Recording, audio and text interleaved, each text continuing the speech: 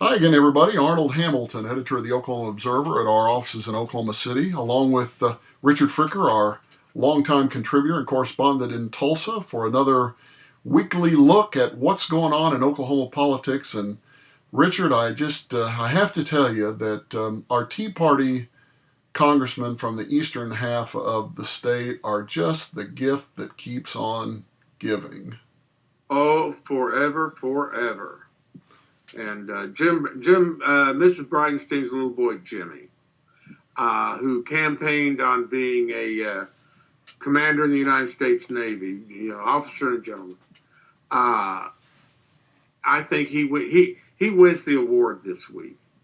He really does. For those who have not seen the video, and I'm going to guess that most people who are interested enough in politics and government and social issues and that sort of thing to tune in to our conversations probably will have seen this. But at some sort of an open forum, a town hall meeting, it's not exactly clear where and when this happened. But somebody who was in his audience and clearly out of touch with reality launched into a tirade about the president and suggested not only, of course, attacked Muslims and so forth in this tirade, but suggested that he should be executed. And he being the president. He being the president, not Bridenstine. Yes, I'm glad you pointed that out. But Bridenstine didn't have the kahunas, or whatever you want to call it, to push back on this deal, like John McCain, who was a real war hero, and some others have managed to do against this crazy kind of talk that's going on out there. Well, what disturbs me, and I'll preface this with, I come from a Navy family. I was in the Navy, as were my father and grandfather. We've been around ships all our lives. The Bridenstine as a military officer and campaigned on that, and here is someone calling for the execution of his commander-in-chief, and he didn't say, like you say, he didn't say, whoa, he didn't say, we don't do that. He just kept on going and making little cute remarks, et cetera, and is rather disheartening because he's done this before to the commander-in-chief. He's hidden behind his congressional status. He got on, he denigrated the commander-in-chief, called him liar, and all this, and he thought he was cute. And that's been my complaint with Bridenstine all along. He may have 3 degrees from Rice University, but he's still a sophomore. And he thinks all this is very cute, and he's a disgrace as a naval officer.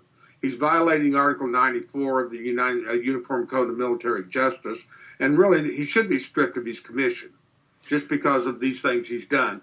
But he can't be because he's hiding behind congressional privilege, just like Tom Coburn hid behind the anonymous hold when he told people he's all for curing cancer, but he's holding back bills that would fund the research. Well, and then it was quite interesting. He releases a statement in which he claims that people were attributing that comment to him, which of course couldn't be further from the truth. It sort of creates this aura of the great, vast liberal media conspiracy out there that's trying to do in this super patriot, when in fact what people called him out for was not having the courage to stand up and push back and say, no, in the United States of America, we have elections. We vote on these things. We're not some third world banana republic that decides we're going to have a coup and execute the commander-in-chief or the president or what have you and get him out of office that way. We have reasoned debate, supposedly, and we have elections that decide these things. And I think what this tells us, Richard, is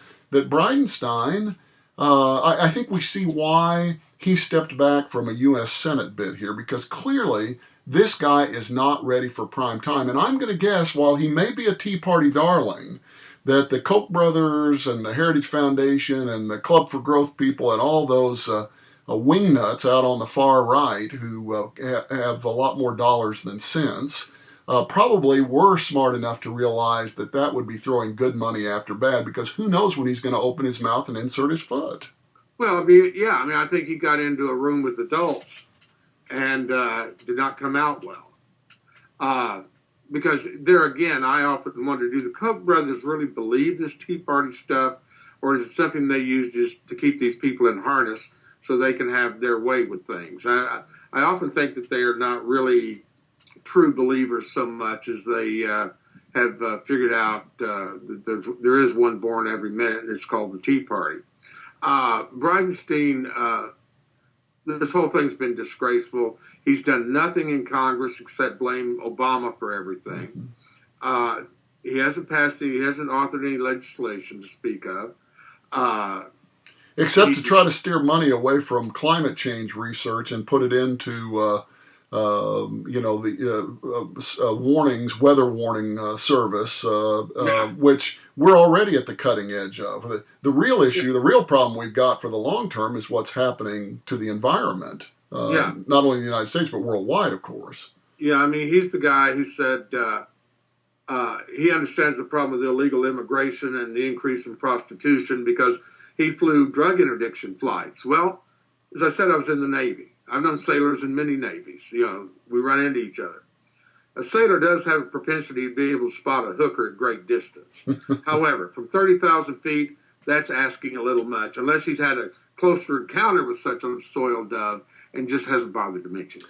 Well, Bridenstine is not the only Eastern Oklahoma congressperson to step in it this week. The news is out here at week's end about Congressman Markwayne Mullin from Muskogee, who apparently has done something, nobody's quite sure what, that has run afoul of congressional ethics, and so is now the subject of an investigation. And this isn't the first time in his brief congressional career that he's had some missteps.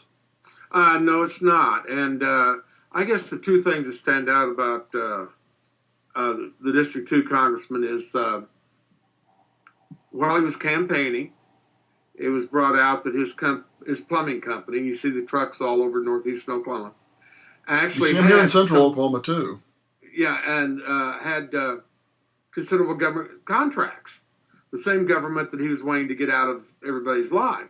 And he claimed that he was unaware of that, which, of course, brought up, if you don't even know what your own company is doing, how are you going to try to run the government? This committee investigation, need to say this, the House Ethics Committee is nonpartisan, or bipartisan, but certainly nonpartisan. They don't fool around because everybody's got a dog in the hunt, so they've got to treat everybody even-handedly because when your guy's up next, you want him to get an even shake. Exactly. And the fact that there's no paper trail on this, because usually something will get leaked. This time it didn't. And interestingly enough, he winds up on the same day as Washington Congresswoman, a Republican also, Kathy McMorris Rogers.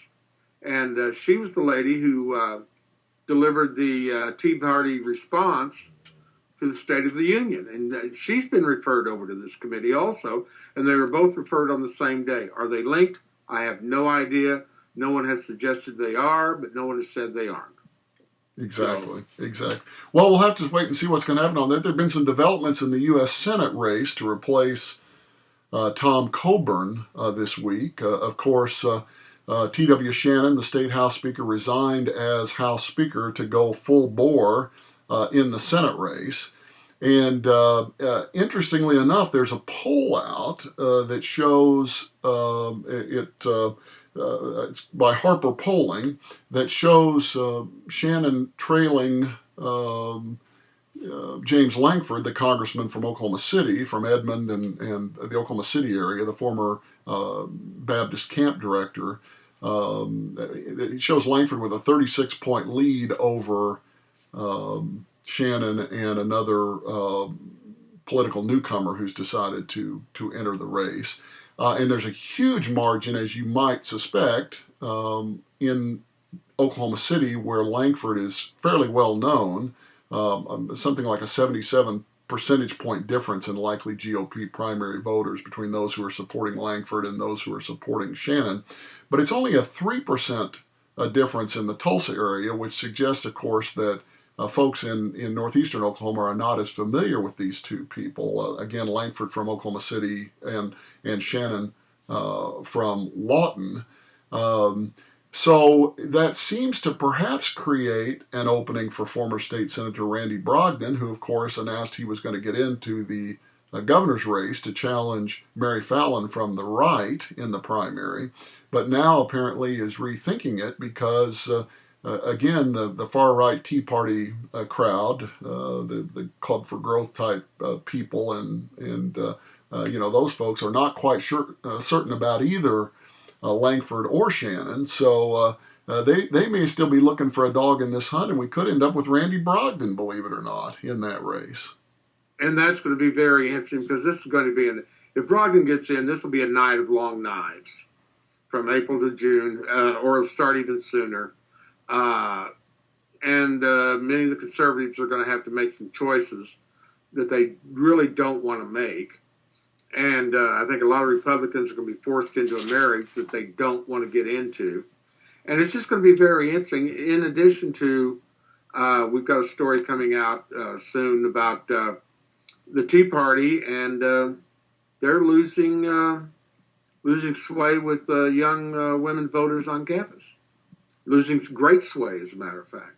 But that's a story that'll be coming out soon. And well, it's interesting, this poll, again, of Republican primary voters, likely Republican primary voters, found that 64% of the likely Republican primary voters support the goals and ideals of the Tea Party, whatever that may be. It's kind of like the old line about, Sally Kern's always talking about the homosexual agenda, and, we're always asking, well, we'd like to see a copy of this homosexual agenda that she keeps talking about. So we're not sure what that means, but I think we can say safely that it does mean this, particularly if Brogdon gets in the race. But even without Brogdon in the race, I think you're going to see, because of who votes in the Republican primary, you're going to see Langford and Shannon running so far to the right. And for overtime parking. Can you imagine, some of the positions that they're probably going to end up taking? And where does that leave them if, the Democrats produce a reasonable candidate in November? And there may be one out there, and there may be some wedge issues that the Republicans don't want to deal with. Well, that could very well happen, too. Well, Richard, we're about out of time here. We'll be back shortly with another one of these visits, and I'm sure there'll be a lot happen between now and then, and these are topics that we will continue to follow closely at the Oklahoma Observer. So we will see you soon. Have a good one. All right.